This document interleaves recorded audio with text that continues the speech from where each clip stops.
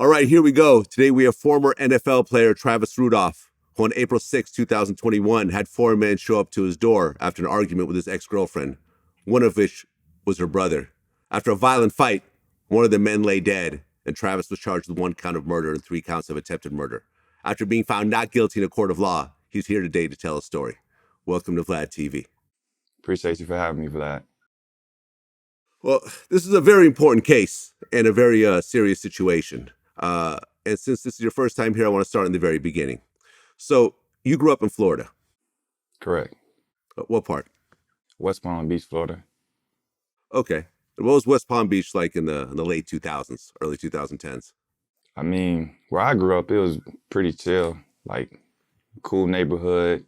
I had older friends. I always had older friends, but it was pretty chill, laid back. I mean, of course, it was like other parts in the area I grew up in that was violent, I'll say, but where I was raised at, and the street I had grew up on, there wasn't no like violence or anything. Okay. And in high school, you became a football star. Correct. You had, as a senior, you had 63 receptions, 1,237 yards, 15 touchdowns, and you're actually ranked the #1 receiver in your class. Yeah, that's true. Okay. And why did you decide to go to Florida State? Really, I just felt like that was the best school for me overall. Like I was just thinking about if it wasn't for me, if I didn't play football, would I enjoy being on the college? And also Jimbo Fisher, he's one hell of a recruiter. I mean, he broke down my whole highlight film. He told me how he'll use me in my offense, and I just felt like that was the perfect fit for me. Okay. So you start going to Florida State, and you have a solid career. As a freshman, you played 13 games. In your second season, you went to the Peach Bowl, caught 7 receptions. So by that time, by around your sophomore year, were you thinking like, okay, I'm about to go to the NFL and things are about to ramp up? Yeah, most definitely. I mean, it actually started in high school. Like, I remember when I first started getting recruited, they had me listed as a 3-star.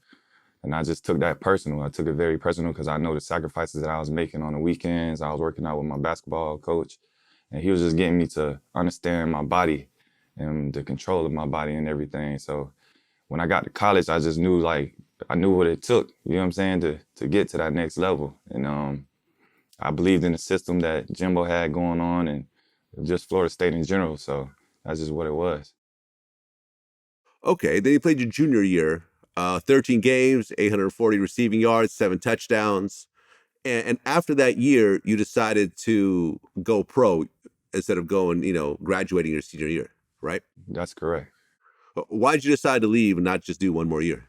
To be honest with you, I had a lot of conversations with my father. God bless the dad. My dad, he pretty much just told me, he was just like, bet on yourself. And I got that tatted on me to this day. He's just like, bet on yourself.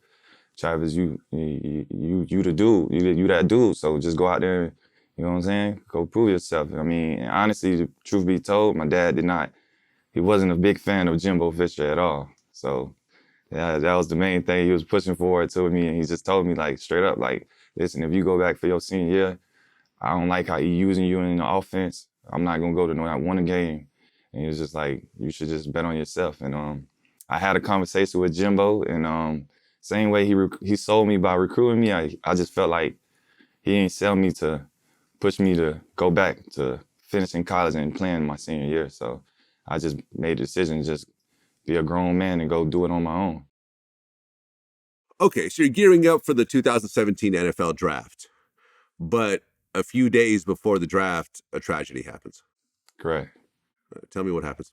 My dad, he had got shot. He was working at a club doing maintenance, and for whatever reason, they said one of the managers at the time had removed the gun off the top shelf, and the gun accidentally discharged, and it went through an adjacent door and hit my dad in his neck. Okay. What was it like to get that phone call? It was miserable. I mean, I remember because my main man, Dalvin Cook, he had a camp going up. I was in Tallahassee at the time when I got that call. He had a camp. We was chilling, all vibing, good family vibes. We had our apartment at the time, and I remember my main man, grandma, she answered the phone, and she was like, Travis, your mom want to talk to you. Your mom want to talk to you. And then I got on the phone with my mom, and my mom, she couldn't even get it out to me. Like, she like, let me talk to Dalvin.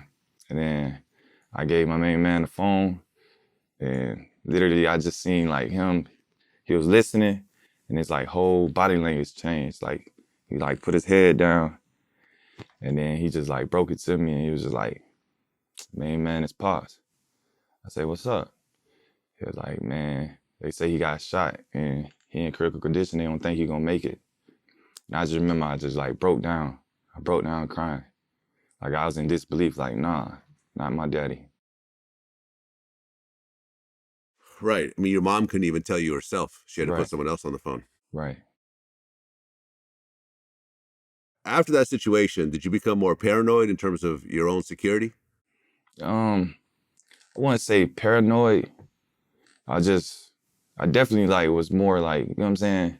I gotta have protection, because it's a dangerous world out here. You feel me? It's just like, my dad was just doing maintenance and he accidentally got shot. You know what I'm saying? And you see stuff on the internet all the time where people just going to churches, shooting churches up, clubs. So, I mean, I'm just self-aware that it's a dangerous world out here. Right. And sometime later, you end up getting your gun permit, a concealed carry permit, and you bought a few weapons for home protection. Most definitely. And then your mom ended up getting a bunch of cameras around the house as well, right? That's correct. Okay. And we'll get to that a little bit later. Okay. So here you are. It's leading up to the draft. You're super excited, and then this tragedy happens. And then the draft starts, and then you get undrafted. Correct. Was that a shock to you? Did you think you were going to get drafted, or? Yeah, I definitely thought I was going to get drafted. From what me and my agent, we communicated very often. And yeah, I definitely thought I was going to get drafted. Like, I didn't think I was going to get drafted in the first round or second round, but I thought I was going to get drafted at least in the third round or later. You know what I'm saying? How big of a disappointment was that? It was a big disappointment because it was like my family was there. We was at my sister's house at the time, and it was just like, it's a bittersweet moment. You know what I'm saying? They had the cameras out on us. And I remember getting a couple calls from my agent, like, you should be getting a call from the team right now. And then that call never came through. So it was just a disappointment, but it just added hunger to me. You know what I'm saying? Because I just felt like, regardless if I get drafted or not, that doesn't define the player that I know I can be. Okay, because then you get signed by the New York Giants as a free agent. Correct. Okay. But then what happens next? Because you end up getting waived by the team, right? Right. So basically, my rookie year, we had our it's like our staff, which was Coach McAdoo, and my receiver coach, Coach Henry, and everything. And sad to say, we sucked that year. I mean, we only won 3 games that year. And pretty much with the NFL, how that works is it's like next coach up, next staff up, everything. Like, so they pretty much swept shop.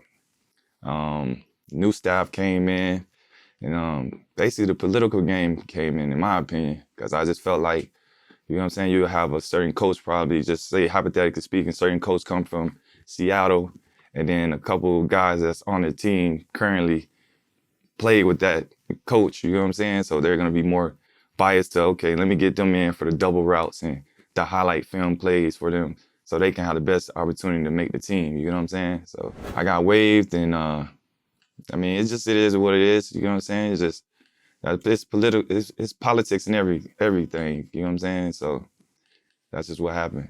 Well, you actually got to play, on the field. Week 7, you played against the Seahawks. You got a reception. I mean, how did it feel to actually step on that NFL field after all that work and all those years? Oh man, it's a big blessing, because it's like, that's something that I dreamed to do, like, since I was 4 or 5 years old. When my dad first put me in football, like recreation football, like, I always said I wanted to be an NFL player. Like I just fell in love with the game. So just going out there and actually being a part of that and being a part of the greats like Eli Manning, Odell Beckham, like being a part of that foundation is just a big blessing. Yep. Okay, so in 2018, you got waived by the Giants, but then the Dolphins picked you up. Correct. But then something bad happened in practice. Right. So basically, I got a call. I remember I got a call from my agent. He was like, "Yeah, the Dolphins want to work you out. They're gonna work you out in the morning. They want you to come down there." I actually booked a flight to go to Tennessee before I even got this call. But I was like, all right. So I get the call. I go down there. I check in, do my little physical and everything. Then we do the workout. They like me. They signed me, and then they had practice that same morning. And it was like, I remember it was like kind of like drizzling a little bit. So the field was kind of moist. But you know, this was like week 5 of the season. So I'm fresh legs. So I was just trying to go out there and like really prove a point, like I'm a dog type thing. And I'll never forget, I was on the left side and I had a curl route, like a 20-yard curl route. And I hyperextended my knee. I felt it pop, heard it pop, went down. I thought it was just like I just hyperextended. I can like trot it off. I had tried to get up and jog it off, went right back down. And yeah, that's how I tore my ACL. There's a torn ACL and a meniscus tear. Okay, and for a lot of people, a torn ACL is career ending. Right. So how did you feel when you found out, oh, damn, I just tore my ACL? I was sick. I ain't gonna lie, I was sick because I remember I was in that cold, it was a cold training room and my knee, it got stiff on me. Like I couldn't even get like the flexion in anymore. And I was like, man, that's crazy. Like if it ain't one thing, it's another. You know what I'm saying? Like just going through that adversity, because never in a million years I thought I was gonna tear my ACL. Like cause I work on squats and everything, and they say that like prevent you from getting the ACL injuries and everything. But yeah, when I found out about that, I was like, man, it's crazy. But on another note too, my main man, Dalvin Cook, he tore his ACL the year before me. And I seen how he bounced back from it. So I still was like self-motivated, I would say, after I had tore my ACL.